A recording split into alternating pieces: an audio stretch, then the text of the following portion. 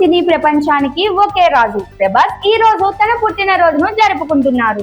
Pan India star గా ప్రపంచవ్యాప్తంగా అభిమానులు ఆయన పుట్టినరోజు సంబరాల్లో మునిగిపోతున్నారు. 1979 అక్టోబర్ 23న పశ్చిమ గోదావరి జిల్లా మొగల్తూరులో జన్మించిన ప్రభాస్ తనకే ప్రత్యేకమైన ఫిట్నెస్, వినయం, సైలెంట్ నేచర్ ద్వారా అందరినీ గెలుచుకున్నారు.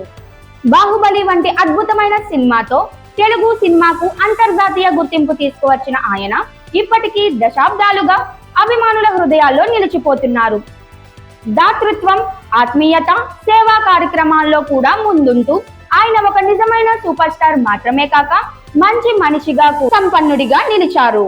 సినిమాలోకి అడుగుపెట్టినప్పటి నుంచి ఆయన అనేక హిట్ సినిమాలు ఇచ్చారు. ఈశ్వర్, వర్షం, ఛత్రపతి, డార్లింగ్, మిస్టర్ పర్ఫెక్ట్, మిర్చి వంటి చిత్రాలతో తన ప్రత్యేక గుర్తింపు సంపాదించుకున్న ప్రభాస్ కెరియర్ కు బాహుబలి తిప్పికొట్టే మలుపు తిప్పింది.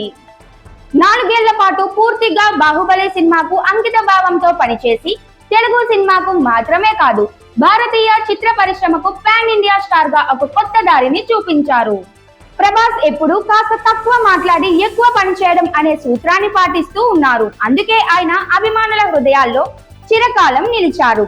ఫుడ్ విషయంలో సైతం ఆయన తోటి నటులు చెప్పుకునే హాస్య వ్యాఖ్యలు ఆయన సహృదయపు వ్యక్తిత్వాన్ని బయట పెడతాయి. బ్యాంకాక్ మేడం తుసాడ్స్ మ్యూజియం లో ప్రభాస్ మైనపు ప్రతిమ ఉండడం దక్షిణాది నటుల్లో ఒక అరుదైన గౌరవం. హైదరాబాద్ జూబ్లీ హిల్స్ లో విల్లాలో నివసిస్తూ ప్రకృతిని ప్రేమిస్తూ ఫిట్నెస్ ను ముఖ్యంగా తీసుకునే ఆయన ఈ రోజు భారీ సినిమాల షూటింగ్ తో బిజీగా ఉన్నారు. ప్రభాస్ ప్రస్తుతం the Raja Saab, spirit, Salaar 2, కల్కి 2 వంటి భారీ ప్రాజెక్టులలో నటిస్తూ తెలుగు సినిమాని అంతర్జాతీయ స్థాయికి తీసుకెళ్తున్నారు. ఆయన పుట్టినరోజు మరొకసారి అభిమానులకు పండగలా మారింది.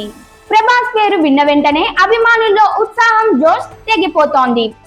ఈ రోజుల్లో సోషల్ మీడియాలో happy birthday Prabhas, darling turns 46, rebel star day వంటి యాష్ ట్యాగ్లు ట్రెండ్ అవుతుంటాయి. ఆయన ఆలోచనలు, సాధనలు మరియు వ్యక్తిత్వం అన్ని ప్రేక్షకుల మనసుల్లో చిరస్థాయిగా నిలిచిపోతాయి. ప్రభాస్ పుట్టినరోజు శుభాకాంక్షలు తెలియజేస్తూ ఆయన మరింత గొప్ప విజయాలను సాధించాలని అందరూ ఆకాంక్షిస్తున్నారు.